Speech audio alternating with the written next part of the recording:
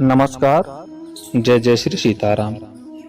आज हम बात करेंगे कि गणेश चतुर्थी को कलंक चतुर्थी के नाम से क्यों जानते हैं।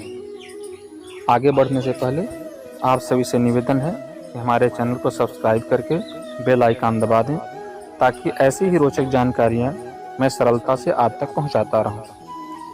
आइए हम बात करते हैं कथानक की। कलंक कथा के संबंध में एक कथानक जो हमको प्राप्त होता है कि द्वारिकापुरी में सत्राजित नाम का एक सूर्य भक्त निवास करता था। उसकी भक्ति से प्रसन्न होकर सूर्यदेव ने उसे एक अमूल्य मणि प्रदान की। मणि के प्रभाव स्वरूप किसी भी प्रकार का भय नहीं रहता था और राज्य आपदाओं से मुक्त हो जाता था। एक बार भगवान श्री कृष्ण ने राजा उग्रसेन को उक्त मणि प्रदान करने की बात सोची, परंतु सत्राजित इस बात को जान जाता है। इस कारण वह मणि अपने भाई प्रसेन को दे देता है। परंतु एक बार जब प्रसेन वन में शिकार के लिए जाता है तो वहां सिंह के द्वारा उसकी मृत्यु हो जाती है और सिंह के मुंह में मणि देखकर जांबवंत शेर को मारकर वह मणि प्राप्त कर लेते हैं। प्रजा को जब जांबवंत के पास उस मणि होने की बात पता चलती है तो वह इसके लिए कृष्ण को प्रसेन को मारकर मणि लेने की बात करने लगते हैं। इस आरोप का पता जब श्री कृष्ण को लगता है तो वह बहुत दुखी होते हैं और प्रसेन को ढूंढने के लिए निकल जाते हैं। घने वन में उन्हें प्रसेन के मृत शरीर के पास कोई सिंह एवं जांबवंत के पैर के निशान दिखाई पड़ते हैं। वह जांबवंत के पास पहुंचकर उससे मणि और उसके पास होने का कारण पूछते हैं। तब जांबवंत उन्हें सारी घटना क्रमवार तरीके से बताते हैं। जांबवंत अपनी पुत्री जांबवंती का विवाह श्री कृष्ण से कर देते हैं और उन्हें समंतक मणि प्रदान करते हैं। प्रजा को जब सत्य का पता चलता है तो वह श्री कृष्ण से क्षमा याचना करते हैं। यद्यपि यह कलंक मिथ्या सिद्ध होता है, परंतु इस दिन चांद के दर्शन करने से भगवान श्री कृष्ण को भी मणि चोरी का कलंक लगा था और श्री कृष्ण जी को अपमान का भागी बनना पड़ा था। तभी से यह कथा प्रचलित है कि अगर कोई गणेश चतुर्थी के दिन चंद्र दर्शन करता है तो उसे किसी न किसी प्रकार का कलंक भोगना पड़ता है। इसके अतिरिक्त एक कथानक और प्राप्त होता है कि जब भगवान गणेश जी का सिर शिव जी काट देते हैं और जब पुनः हाथी के बच्चे का सिर उनके सिर पे लगाया जाता है तो सभी देवगण प्रसन्न होकर उनको आशीर्वाद देते हैं और उनकी बड़ाई करते हैं तथा सब नज़दीक आकर गणेश जी का आलिंगन करते हैं और उनसे प्रार्थना करते हैं। लेकिन उसी बीच में खड़े हुए चंद्रदेव जी उनके इस स्वरूप को देखकर हंसते हैं, जिसे देखकर गणेश जी ने यह समझा कि यह मेरे स्वरूप का अपमान किया जा रहा है। इस बात से गणेश भगवान क्रोधित होकर चंद्रदेव को श्राप देते हैं कि आपका जो शरीर है पूरी तरह से काला हो जाए, अर्थात आप आभाहीन हो जाएं। जिस स्वरूप का आपको बहुत अभिमान है वह स्वरूप ही आपका नष्ट हो जाए। जिसके बाद चंद्रदेव को काफ़ी पश्चाताप होता है और वे गणेश जी से क्षमा याचना करते हैं। तब गणेश जी उनको क्षमा कर देते हैं और कहते हैं कि जब सूर्य का प्रभाव आपके ऊपर पड़ेगा तो थोड़ी थोड़ी आपकी सुंदरता आपको प्राप्त होगी तथा महीने में एक दिन आपको पूर्ण सुंदरता प्राप्त होगी, जिस कारण से चंद्रमा की कलाएं घटती बढ़ती स्वरूप में हमको चमकीली दिखती हैं और पूर्णमासी के दिन चंद्रदेव जी का पूर्ण स्वरूप चमकता हुआ पूरी आभा के साथ दिखाई पड़ता है। इस कथानक से हमें शिक्षा मिलती है कि सर्वप्रथम जो श्यामंतक मणि की कथा है कि बिना किसी भी घटना के सभी पक्षों को जानते हुए हमें किसी पे आरोप प्रत्यारोप नहीं करना चाहिए, जैसा कि प्रजा ने भगवान श्री कृष्ण को आरोपित किया था। नहीं, बाद में हमको बहुत पछतावा होता है कि हम अपने प्रिय के संबंध में कितना गलत सोचते हैं।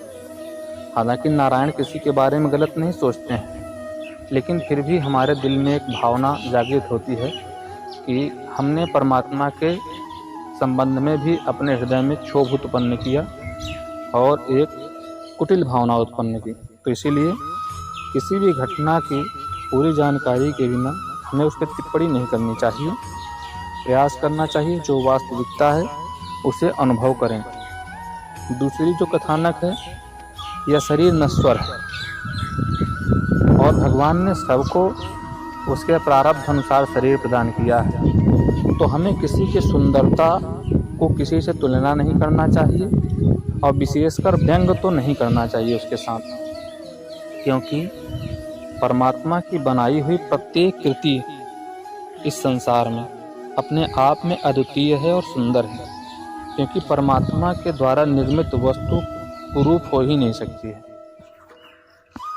जब भगवान भोलेनाथ जी की प्रेरणा से भगवान विष्णु जी ने हाथी का सिर लाकर गणेश जी के सिर पर आरोपित किया, अब आप सोचिए कि जगत के पालनहार विष्णु जी के द्वारा किया गया कार्य और जगत के संहारक महादेव का निर्देश यह कैसे गलत हो सकता है और उसका परिणाम कैसे दर्शनीय नहीं होगा।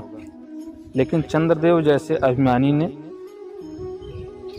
इस घटना का मजाक उड़ाया और परिणाम स्वरूप जो सदैव उनका स्वरूप सुंदर रहता था वो घटने बढ़ने लगा। और इसीलिए कि आपके जीवन में कभी पूर्णता प्राप्त नहीं होगी, सदैव एक रस नहीं रहेंगे। आपके जीवन में विघ्न बाधाएं आती रहेंगी, ग्रहण भी लगता रहेगा। कारण क्या है कि आपने जो विघ्न हरने वाले भगवान गणेश जी हैं उनका ही आपने व्यंग किया है। आपके जीवन में बाधा ना आए उसका मुख्य एक ही देव उत्तरदायी हैं, वह स्वयं भगवान गणेश। और जिसने भगवान गणेश का अपमान कर दिया तो उसका जीवन बाधा रहित नहीं, बाधा सहित ही रहेगा। इसीलिए चंद्रदेव का जीवन बाधा रहित नहीं है, बाधा सहित है। चंद्र ग्रहण का भी प्रकोप उनको झेलना पड़ता है और अपनी घटती बढ़ती कलाओं को भी उनको अनुभव करना पड़ता है। दूसरा, उनका जो सुंदर शरीर है वह सूर्य के ऊपर निर्भर करता है। सूर्य का प्रकाश उन तक पहुंचना बंद हो जाए तो उनका स्वरूप भी बिगड़ जाएगा। इसीलिए परमात्मा ने इस संसार में जिसको जैसा बनाया है उसको उसी रूप में हमें सुंदर देखना है, उसके स्वरूप को नष्ट नहीं करना है और उसका व्यंग भी नहीं उड़ाना है। तो इस गणेश चतुर्थी पे हम यह संकल्प लेते हैं कि संसार में सभी हमारे हैं और सभी हमारे प्रिय हैं, सभी हमारे ही जैसे सुंदर हैं और व्यक्ति विशेष ही नहीं, संसार के सभी जीव सुंदर हैं, अपने आप में अद्वितीय हैं। भगवान की बनाई गई सारी कृतियाँ, पेड़ पौधे, झरने, नदियाँ, पहाड़, जीव जंतु, मनुष्य वो किसी भी देश के लोग हों, इस संसार में नहीं, ब्रह्मांड के प्रत्येक कण कण में विद्यमान जो भी चीज़ें हैं वो सब अपने आप में सुंदर है, अद्वितीय है। क्योंकि जब हमारा परमात्मा इतना ज़्यादा ऊर्जावान है, इतना ज़्यादा सक्षम है, तो उसके द्वारा गलत चीज़ें संसार में बन ही नहीं सकती और बुरी चीज़ें बन ही नहीं सकती। तो जो परमात्मा ने बनाया है सब अद्वितीय हैं और सब सम्मान के योग्य हैं, इसलिए हमको सबका सम्मान करना चाहिए। आपको इस पूरे वीडियो को अंत तक सुनने के लिए हृदय से धन्यवाद। एक करबद्ध प्रार्थना है, चैनल को सब्सक्राइब कर लेंगे तो मेरा भी उत्साह बढ़ेगा। जो जानकारी मैं आप लोगों तक सरलता से पहुंचाने का प्रयास कर रहा हूं, यह आपको रुचिकर लग रही है।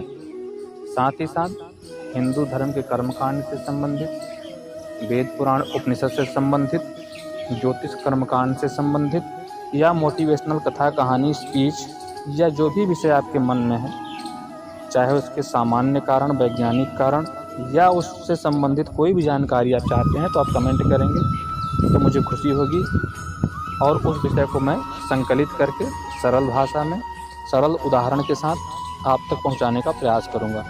लेकिन जब आप चैनल सब्सक्राइब करके रखेंगे तभी यह संभव हो पाएगा।